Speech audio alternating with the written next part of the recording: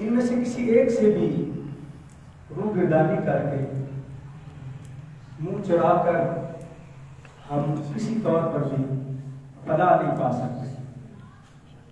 یہ دو راستے، دو گروہ، دو ہستیاں جنہیں ہم آقا علیہ السلام کے اہل بیت سے اور ان کے صحابہ رضوان اللہ تعالیٰ علیہم اجمعین ان سے جانتے ہیں، ان دونوں کا دامن تھامنا ہمارے لیے بڑا ضروری ہے۔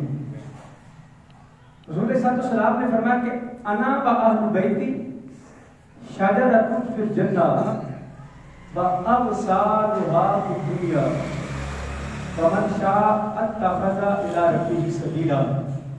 فرمایا لوگوں، میں اور میرے اہل بیت ایک جنتی درخت ہے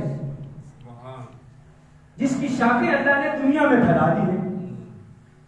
اب جو رب تک پہنچنا چاہتا ہے وہ اس شاخ سے جڑ جائے، اسے رب کا راستہ مل جائے گا، اللہ کی بارگاہ میں اسے یاوری نصیب ہوگی۔ وہ میرے اہل بیت کا دامن تھام لے اور اس دامن کو تھام کر جب وہ چلے گا تو پھر اسے اللہ تبارک و تعالیٰ کا راستہ میسر آئے گا۔ یہ مقام اہل بیت ہے۔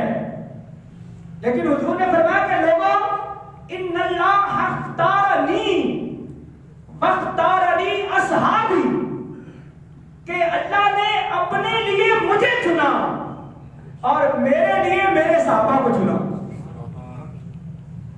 اب وہ خدا تک پہنچنے کا راستہ بھی ہے، اہل بیت رب ذوالجلال کی بارگاہ تک جانے کا ذریعہ، راستہ۔